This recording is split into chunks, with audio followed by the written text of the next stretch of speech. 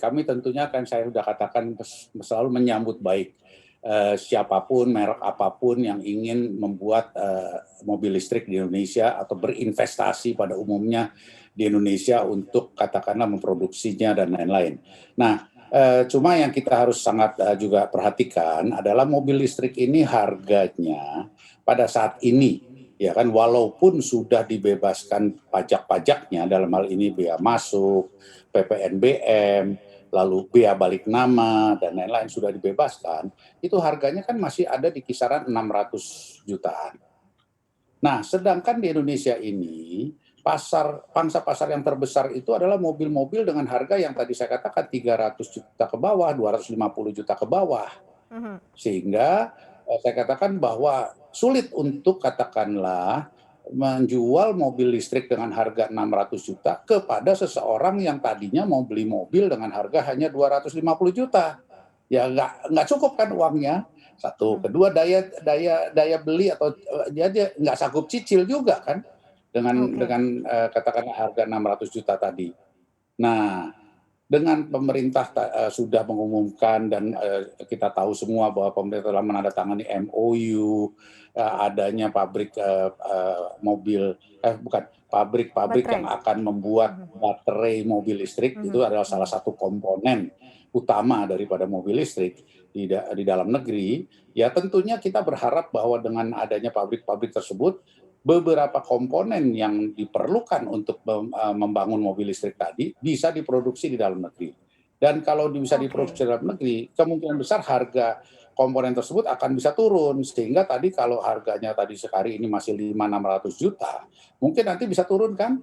Nah, sambil kita ini melihat pertumbuhan ekonomi Indonesia di mana income per kapita, pendapatan per kapita masyarakat Indonesia juga diharapkan akan terus bisa meningkat. Hari ini kan ada di kisaran $3.600. Nah, kalau itu nanti bisa meningkat 4.000, 5.000 dan lain-lain. Jadi di satu sisi pendapatan itu naik, di lain sisi harga mobil listrik yang diproduksi dalam negeri dengan memakai komponen-komponen dalam negeri yang sekarang ini sedang dimulai pembangunan pabrik-pabriknya, itu bisa turun, maka ini kan akan ketemu nanti. Di satu saat ini akan ketemu.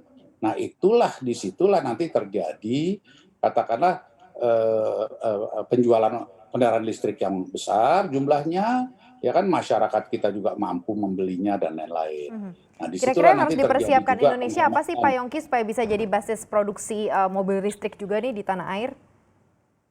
Ya kan tadi saya katakan bahwa bahan bakunya sudah ada, ya kan, bahan bakunya sudah ada. Jadi itu sudah merupakan satu plus point buat kita. Ya kan, jadi tidak usah mengimpor bahan bakunya sudah ada di Indonesia, tinggal berinvestasi di Indonesia. Yang kedua adalah menciptakan pasar. Ya kan, menciptakan pasar agar mobil-mobil ini dibeli. Nah, bagaimana menciptakan pasar? Ya itu tadi, dengan income per kapita kita bisa naik sehingga masyarakat juga mampu membeli mobil listrik, ya kan. Nah, tadi kan harganya turun kalau memang bisa memakai komponennya dari dalam negeri sebanyak-banyaknya, harga mobilnya bisa turun. Di satu sisi income per kapitanya naik, jadi kan nanti akan ketemu gitu, di satu saat akan ketemu, ya kan, bahwa yang dibeli itu, ya kan. Kalau sekarang memang pasarnya ada, pasti ada. Sekarang kan juga ada mobil dibeli orang, mobil-mobil dengan bahan bakar fosil yang harganya 600-700 juta kan juga dibeli orang, ada. Tetapi Ya. pasarnya tidak sebesar yang harganya 250 juta ke bawah. Jangan lupa untuk install aplikasi CNBC Indonesia yang tersedia di App Store dan Play Store. Dan ikuti terus perkembangan ekonomi bisnis terkini hanya di CNBC Indonesia Beyond Business.